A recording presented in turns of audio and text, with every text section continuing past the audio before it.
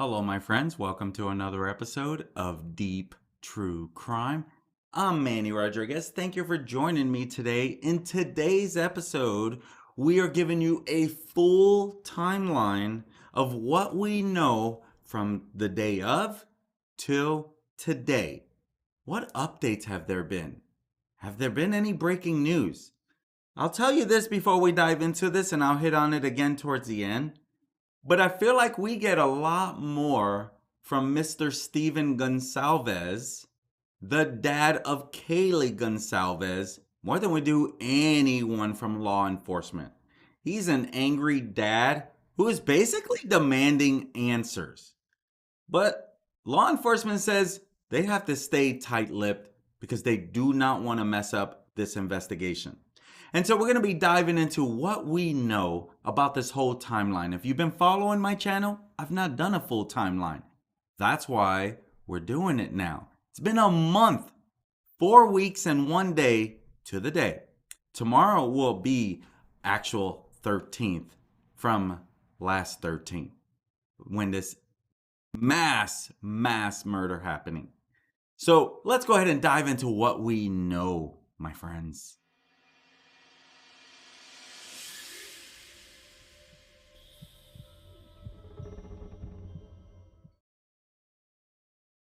Moscow, Idaho police have been tight-lipped about the mysterious circumstances of this brutal murders of 4 University of Idaho students a month ago.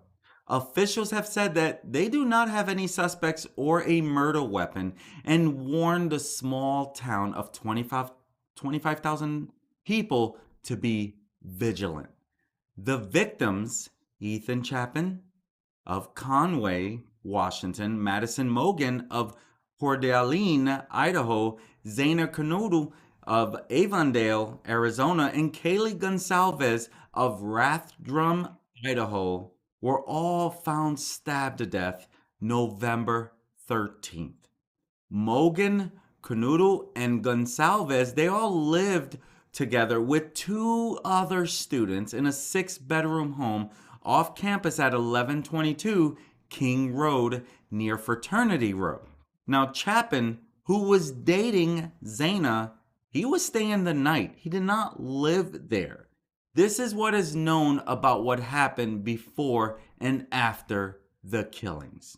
On Saturday, November 12th, Goncalves makes her final Instagram post.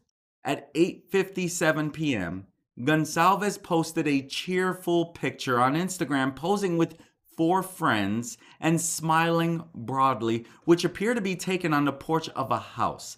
Now, you can see what she posted here. One lucky girl to be surrounded by these people every day. That was the caption of the photo.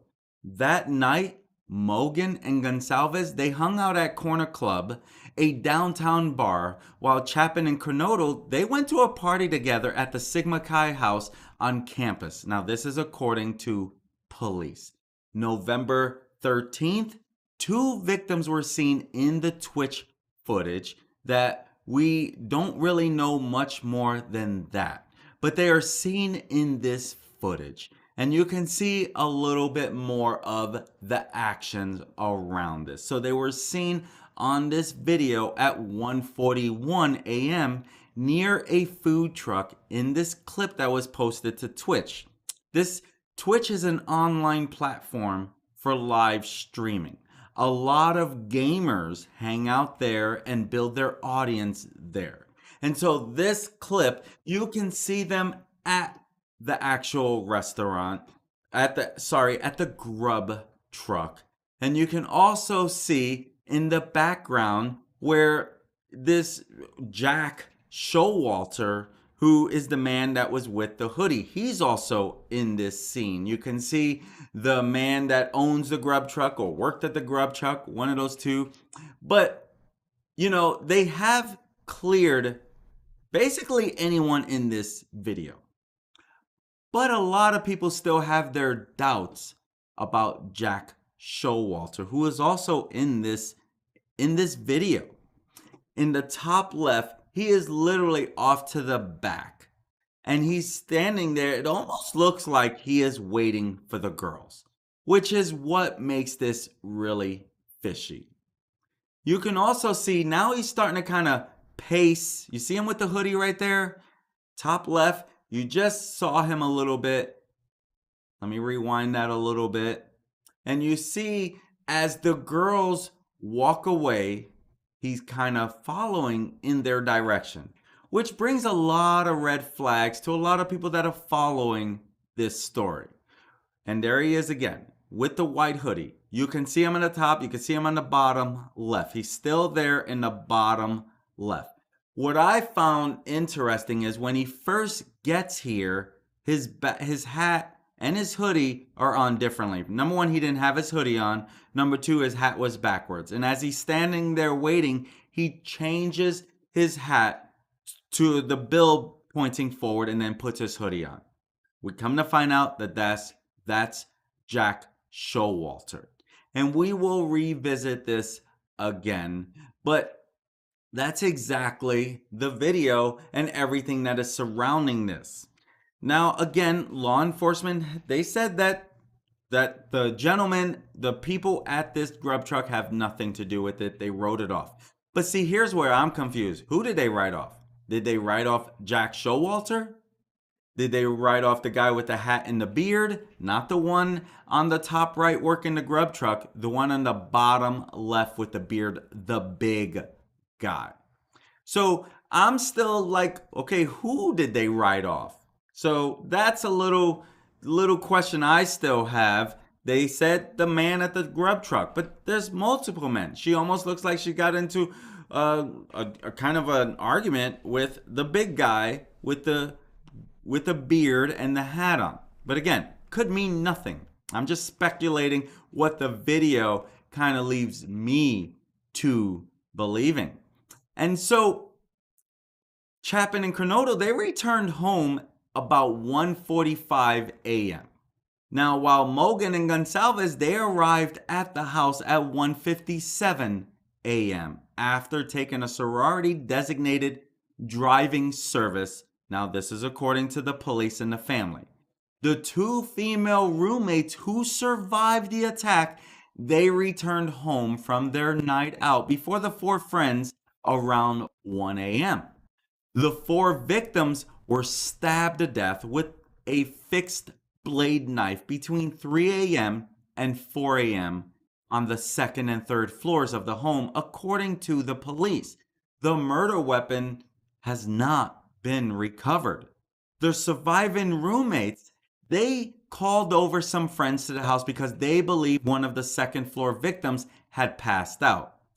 That is a little discrepancy because I believe the accurate account is one of the roommates woke up and they saw, forgive me if I'm wrong, but I believe they saw Ethan, and that's when they lost their poop and fainted on the front of the house, and a passerby came by and picked up the phone and called 911 about an unconscious person.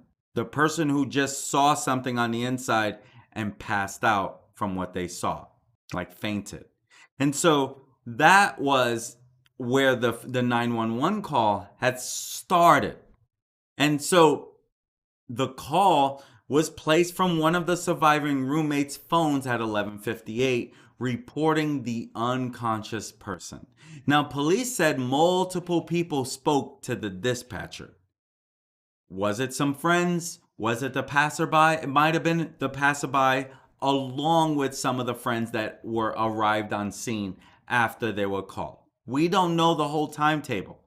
I'm trying to literally stick to what law enforcement is sharing, and we'll dive into that a little bit.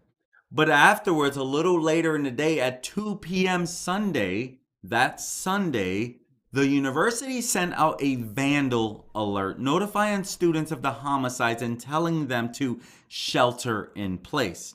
However, the order was lifted an hour later, with police later calling the quadruple homicide an isolated, targeted attack, posing no imminent threat to the community at large. Monday, November 14th, we have some conflicting accounts. Mayor Art Betke told a news outlet that the slayings were a crime of passion before backtracking in a statement to Fox News Digital saying that a motive had not been narrowed down yet. Possible motives being probed by investigators include a crime of passion or a burglary gone wrong. That's what the mayor had added. Now, Tuesday, November 15th, backlash from the community comes in. You see, Moscow residents, students, and victims' families started to complain about the limited and contradictory information being released by public officials. And so the father of Ethan Chapin, Jim Chapin, he told Fox News Digital in a statement that the family was frustrated by the lack of information from the university and police. The silence further compounds our family's agony after our son's murder. That's what the statement said. For Ethan and his 3 dear friends slain in Moscow, Idaho, and all of our families, I urge officials to speak the truth, share what they know, find the assailant, and protect the greater community. Parents and students also vented on Twitter. Then on Wednesday, November 16th, new details come out, and the mystery around this even goes deeper. At a press conference Wednesday, November 16, Moscow Police Chief James Fry revealed to reporters for the first time that there were 2 female roommates at the home during the horrific attack, and they were unharmed. Fry did not identify the 911 caller or offer an explanation for the call coming in more than 8 hours after the slayings. There were no signs of forced entry, Chief Fry had said. He walked back earlier assertions that the crime posed no ongoing danger to the community. He said, "We do not have a suspect at this time, and that individual is still out there." He said, "We cannot say there is no threat to the community, and as we have stated, please stay vigilant." The FBI and the Idaho State Police are assisting in the investigation, he added. So, Thursday, November 17, the coroner releases the autopsy findings. The students' deaths were officially ruled homicides in a press release issued by Latah County Coroner Kathy Mabut. Their cause and manner of death are homicide by stabbing, according to Mabut. She said the victims were likely ambushed in their sleep with a really large knife and described the attack as personal in an interview with News Nation. Each of the victims had multiple stab wounds to their torso. Friday, November 18th, police rule out roommates as potential suspects. In a press release, police said that the 2 surviving roommates were not involved in the murders. Police also released an aerial map plotting the final movements of the 4 victims from the evening of November 12th to the timeline to the time of their murders. Now, Idaho State Police Communications Director Aaron Snell also said that the authorities hadn't zeroed in on a motive or determined whether there was more than one assailant. Now, November 19th, which is a Sunday, police rule out more people that were tied to the case as potential suspects. An unknown male who was spotted with Goncalves and Mogen at a food truck in Moscow just hours before the women were killed has also been cleared as a suspect. But again, as I mentioned earlier, what male are they referring to? Are they referring to the man, the hoodie guy? They never say the hoodie guy. So we don't really know what man they're really ruling out. Are they ruling out hoodie guy? Are they ruling out the big guy with the beard that looks to might have, a confrontation with her? Who are they ruling out here? Let me know in the comments if you know who they were ruling out. They just said male, right? So we don't really know which male. There's multiple males here. When I first even saw the video, I'm like, who are they referring to? Until I take a closer look to see the guy with the hoodie that to me seemed a little suspicious at that moment, the way he arrived there with them and then kind of went off with them. So I don't know. And so maybe he's the private drive. I don't know.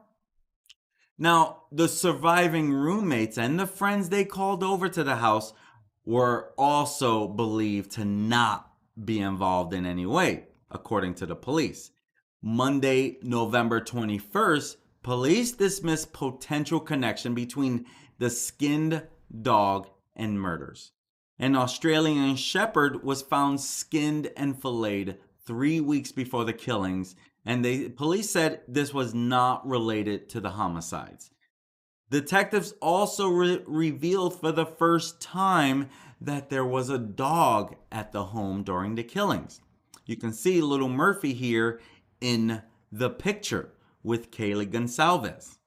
And so then the question comes up, November 22nd, did Kaylee Goncalves have a stalker? Police said in a press release they pursued hundreds of pieces of information related to this topic and have not been able to identify or verify the identity of a stalker. It would later be revealed where the stalker comment came from. She did not have her stalker. The comment came from them at a store and a couple guys outside the store basically trying to pick up women, look at women, hit on women, trying to, I don't know what their purpose was, but multiple accounts from females saying they were just trying to hit on us. They were, something along those lines. But allegedly there was no stalker. So that was put to rest by the police. And November 25th, which was a Friday, they share that nearby stabbings were unrelated to the Moscow quadruple homicide. You see, there was a double stabbing in 1999 in nearby Pullman, Washington, and the 2021 double stabbing in Salem, Oregon do not appear to be connected to the King Road murders. That's what police said. We also find out that Idaho Governor Brad Little also announced that $1 million in state emergency funds would go toward the ongoing investigation. Tuesday, November 29th, vehicles were towed from the crime scene. You can see all 5 vehicles here lined up together. So police enlist a local business to tow the 5 vehicles from the King Road home. All 5 of the vehicles are moved to the city of Moscow maintenance shop where police can access them if the need arises. Officials later say that all of the vehicles that were towed from the home were previously searched and are still part of the crime scene and the ongoing search warrant. Wednesday, November 30th, a candlelight vigil and then questions about victims being targeted comes back up. So several vigils are held across Idaho and in Washington state. The University of Idaho hosts a Vandal family candlelight vigil at the ASUI Kibbe Activity Center. Hundreds gather to hear speeches from school officials and the grieving families of 3 of the 4 victims. During his remarks, Stephen Goncalves, Kaylee's father, who has been the big, most instrumental one for us who are following this story, he started sharing stuff that we did not know. So Stephen Goncalves, Kaylee's father, he reveals that Kaylee and Maddie were sleeping in the same bed at the time of the murders. Meanwhile, police and local law enforcement officials, they spurred confusion when there was an apparent lack of consistency surrounding if and how the attack was targeted. So then we find that these 2 girls were sleeping in the same bed. We find that out from the dad. then it leaves people to believe like, okay, well, one of these girls targeted. And so a spokesperson for the Idaho State Police ultimately told Fox News, our clarification last night directly addressed comments made by Latah County Prosecutor Thompson, who said the suspect or suspects specifically looked at the residence and that one or more of the occupants were undoubtedly targeted. We remain consistent in our belief that this was indeed a targeted attack, but have not concluded if the target was the residents or its occupants. Now, December 3rd and December 4th, which was a Saturday and Sunday, Kaylee's parents speak out. They say during a series of weekend interviews that they are frustrated with certain aspects of the police investigation.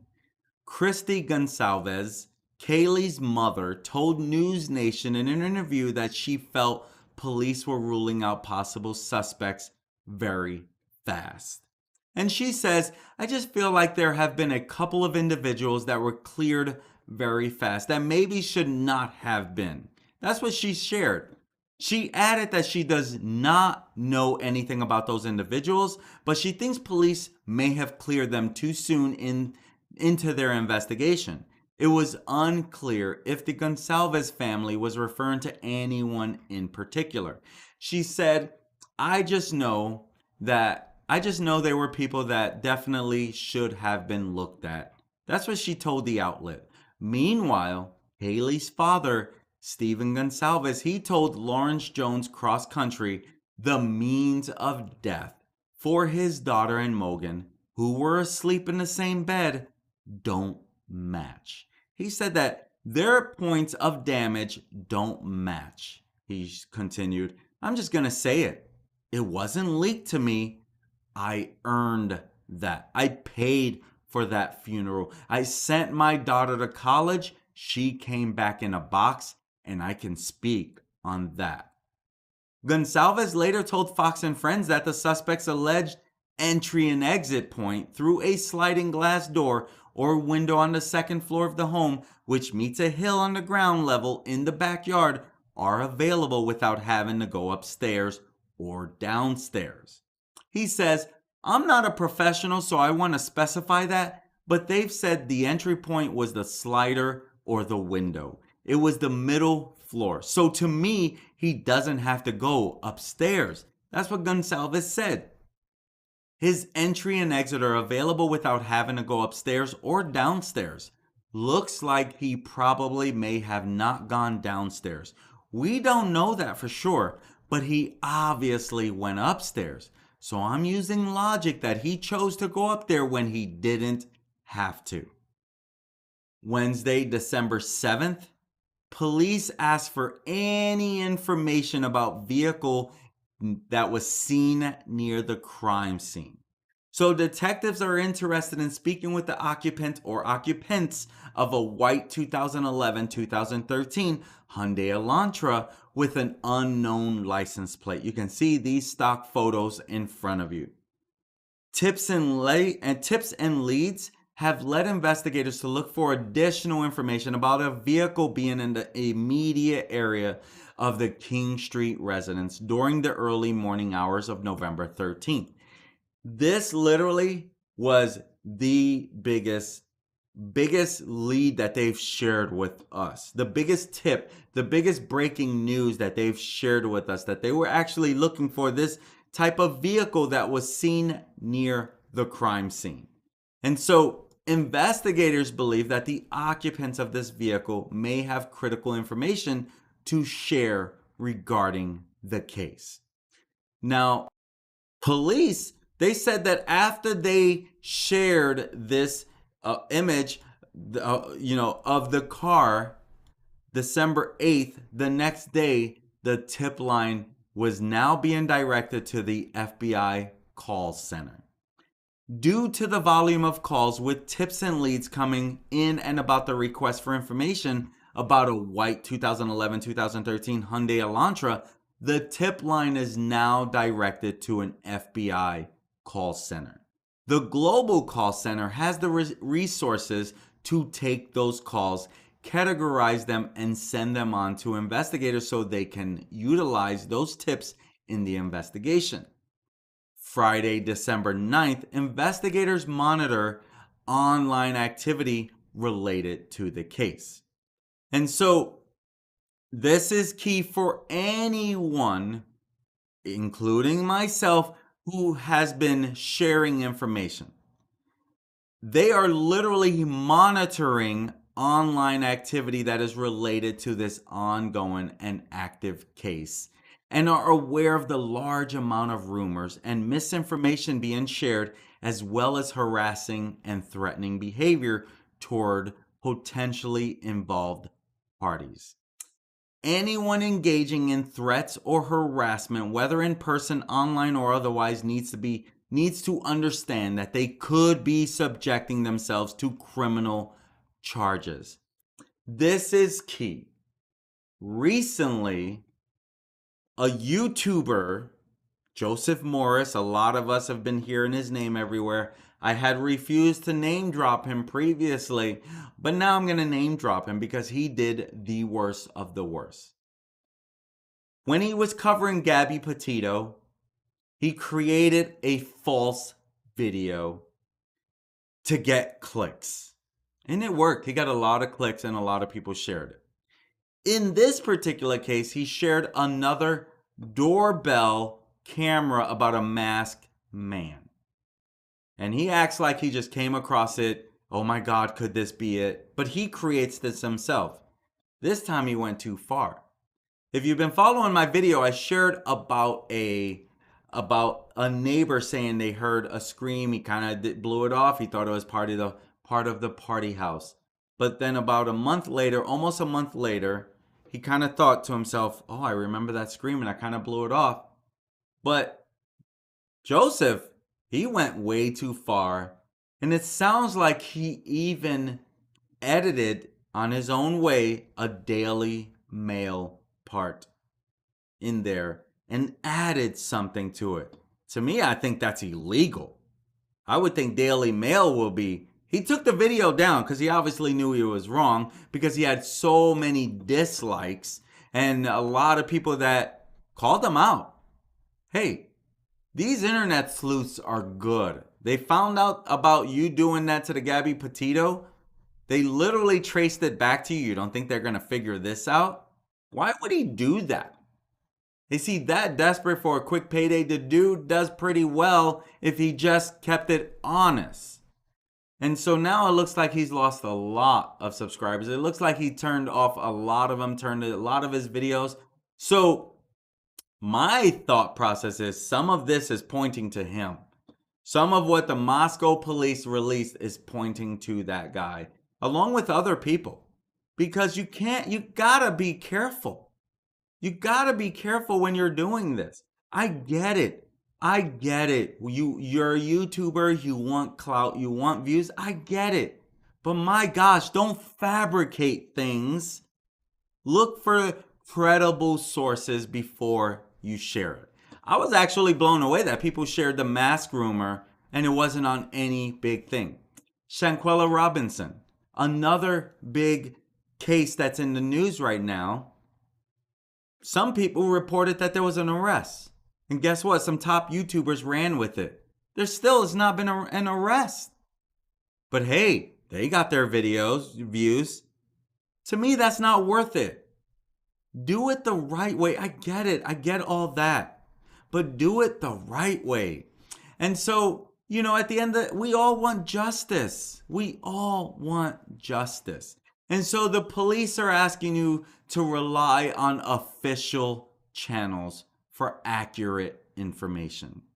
And so Saturday, December 10th, which was just 2 days ago, police remind public to stay vigilant, travel in groups, and communicate with family and friends. They shared with commencement this weekend, which was this past weekend, there will be an influx of people coming in from out of town.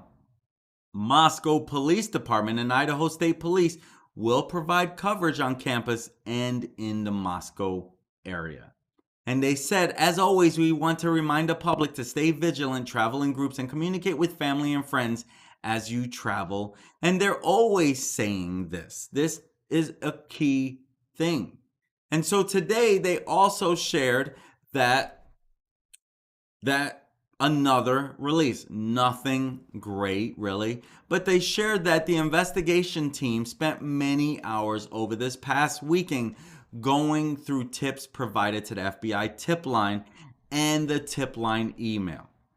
Police are still looking for information regarding the Hyundai Elantra, and they did share that tips and leads have led investigators to look for additional information about the vehicle being in the immediate area of the King Road residence during the early morning hours of November 13th. And the FBI, they continue to prioritize and vet those tips. And so, Chief Fry, he is saying that regardless of whether this case is what they're referring to, they're saying that we should always be vigilant in our everyday life. I can appreciate that. I can definitely appreciate that. So he's not saying to be vigilant because of this. He's saying be vigilant always. That's exactly why I do this channel. To keep you aware, to keep you updated, to help you stay alert on what could go wrong in this crazy world we live in. And that's, to be honest with you, is a big reason why I do this. And so these reminders are not an indication of anything specific or an elevated risk to the community. They just want you to stay vigilant. And so as the investigation continues, they have really the same amount of resources. Moscow Police Department, 6 detectives, 5 support staff, and a communications team. The Federal Bureau of Investigation, they have 46 investigators in Moscow and located throughout the United States focused on this. They have 2 behavior analysis unit investigators on this. The Idaho State Police, they have 13 investigators in Moscow, 15 uniformed troopers assisting with community patrols, and Idaho State Police Forensic Services on this. And at this time in the investigation, detectives, they do not believe that the 2 surviving roommates are involved, the male in the Grub Truck surveillance. They do not believe that the private party driver was involved. They don't believe that the male that Kaylee and Madison called numerous times during the early morning hours, they don't believe that he's involved. Any individual at the residence when the 911 was called, they don't think any of them are involved. The individual on the lease who moved out of the residence before the school year started and was not present at the time of the incident, they don't believe that they're involved. And again, no suspects, no weapon, none of it's been named or located. And, on the night of the incident, officers, they located the dog at the residence. The dog was unharmed, turned over to animal services, and later released to the ex-boyfriend, Jack.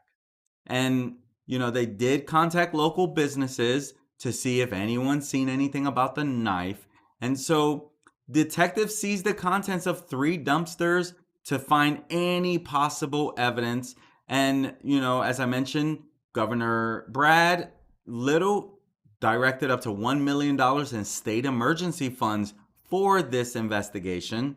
And, throughout this, police have collected more than 2,700 calls to the tip line, over 2,600 emails, over 1,000 digital media submissions, 113 pieces of physical evidence collected and taken to the ISP crime lab. Approximately 4,000 crime scene photographs have been taken, multiple 3-dimensional scans of the residence. On November 29th, as part of the ongoing homicide investigation and original search warrant, detectives relocated the 5 vehicles, as I shared with you. And so they're literally doing everything they can. And because they're trying to go through every single tip, that's another reason why it's kind of taken a little while for them to even give us any information. So I think that it's key that we do our best to be patient, because just like you, I want this solved. I pray about this. And so As detectives move forward with the homicide investigation, a private security company has been contracted to provide scene security to free up patrol resources. And so the scene remains under police control even a month later. And as I mentioned, detectives are aware of the sixth person that was listed on the lease of the residence, but they moved out a while ago. But they did speak to the individual and confirm that they moved out prior to the start of the school year and was not present during this thing. So no, they're not. And you got these rumors, you got to stop. There's all these rumors. Stop with the rumors. And I'm not going to debunk all of that stuff, but I think it's very key as we're doing this, right? That we are careful with what we are sharing. And so the victims family, they're raising funds to try to raise a reward. And so the family of one of the 4 University of Idaho victims, they are trying to raise money. Christy Goncalves, who I just shared with you, she said, our family would like to fundraise in hopes to offer a reward and possibly hire a private investigator if that becomes necessary. And so, let me know your thoughts on this. But why hasn't a reward been offered in this? Governor Brad Little has now offered up to $1 million in this. Why isn't there a reward for any information? Is it because they got enough information to have an idea? Why isn't there a reward? Let me know in the comments what you think about that. And so that is something that's been on my mind for a while. And so to raise funds, the family is supporting a pair of online fundraisers, a GoFundMe set up by Goncalves' former boss, Jeremiah Shea, and a Give, Send, Go campaign from a family friend named Brooke Miller. That's according to Christy Goncalves. And she says the money raised will go directly to getting us answers, as well as helping to pay for Kaylee's final arrangements and her celebration of life on December 30th. The family had previously held off of announcing any memorial plans because they were afraid that the killer would be at this event. And so they're trying to get any tips that they can. They are a heartbroken family.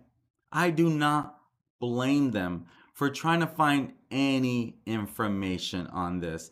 And Stephen Goncalves, he's upset. And once again, he dropped another bombshell that the police have not let us know. He said that Kaylee Goncalves, she had big open gouges that were clearly the work of a sadistic male, and he called the police cowards for not sharing more with the public. Stephen Goncalves, he asked the coroner, Kathy Mabood, how many times the victims were stabbed. And she says, sir, I don't think stabs is the right word. It was like tears. Like this was a strong weapon, not like a stab. She said these were big open gouges. She said it was quick. These weren't something where you were going to be able to call 911. They were not going to slowly bleed out. And so that's why Mr. Goncalves is so upset. He is fighting for answers. Now, Moscow police, they are working with the FBI and Idaho State Police, but they haven't named anything or anyone, and they haven't gotten a murder weapon there. And so he says that, as I mentioned earlier, his daughter's injuries definitely did not match Mogen's wounds. They may have individually died from the exact same thing, being stabbed, but there are more details. He would share that. They're not even close to matching. The knife slashed open Kaylee Goncalves' liver and lungs, he said. He is quoted, "They're just being cowards. There are girls walking around the street right now that deserve to know. They should be looking out for a sadistic male." The grieving father, he paid for a copy of his daughter's death certificate, which included some of the details of her injuries, but he doesn't know whether his daughter or Mogen were the targets. He said, "I have my own suspicions." And you can see this is the aerial picture that the police have shared of the movement of them, of the kids. And he said that his daughter and Mogen, they were ambushed in their sleep and found in the same bed, according to the coroner. Goncalves, he surmised that they died in Mogen's room on the third floor because there are photos of Kaylee's room with no blood on the bed. He added that his investigators didn't obscure the windows in his daughter's room like they did for the other victims. Although the coroner told Goncalves that the victims died quickly and did not suffer, he said he's not convinced. Kernodle, who had defensive wounds, and Chapin were found on the second floor of 1122 King Road. It was a hell of a battle going on down there from what the coroner told us. Now, here's the truth about that. Did we even know that Kernodle was the one with the defensive wounds? I didn't know that. That's the first time I'm knowing about that. We knew somebody had defensive wounds. That leads me to believe that someone else did that. That is, to me, mind-blowing. Kernodle had the defensive wounds? Kernodle's the girlfriend of Ethan Chapin. They were sleeping together on the second floor in her room. Wow. Which is probably why the comment came earlier about he did not have to go upstairs, thinking that Xana was the target. And so I find that pretty interesting as well. And so Mabu, the coroner, when reached by phone, she declined to comment on any information that she disclosed to Goncalves. The coroner told him that the perpetrator was a strong individual, but police have yet to identify the gender of the killer. And Mr. Goncalves, he said, "I got outraged by them not just coming out and saying this was a woman or a man, because they should know by the amount of strength it took to deliver the injuries. They're just being cowards. There are girls walking around the street right now that deserve to know." That's what he's sharing. He's upset. I do not blame him. Police said in a statement that they will not comment on or release specific details of the crime. Public Information Officer, PIO, for the Moscow Police Department, Robbie Johnson, he said, police said in a statement that they will not comment on or release specific details of the crime. He says, "It is what we must do to preserve the integrity of the investigation. We want more than arrests.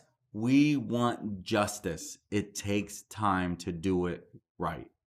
And Johnson said police are encouraging good safety practices in general and are not focusing on a specific threat to the community. And so this is where it is hard to fathom why they're not even sharing maybe a little bit more.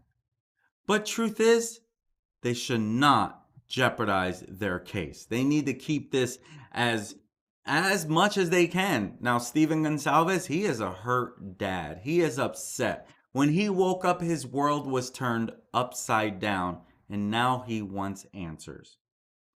My friends, I want him to have answers as well. He deserves answers. I'm Manny Rodriguez, and at the end of the day, I just want to be another voice for these victims. These victims are taken from this world way too soon. They didn't deserve this. If this is the type of content you like to follow, make sure you hit that subscribe button, click on that like, and hit that notification bell if you want to get reminded of whenever I go live or I upload content. My friends, this is not about me. This is about being a voice for the victims This is about keeping you alert on what could go wrong in this crazy world we live in. Which also goes to why the Mr. Chief Fry, and others are saying stay vigilant. Be aware of your surroundings, basically, because anything could go wrong in a matter of minutes, even if we are vigilant, right? My friends, I'm Manny Rodriguez. Thank you for joining me on another episode of Deep True Crime. Till next time, my friends.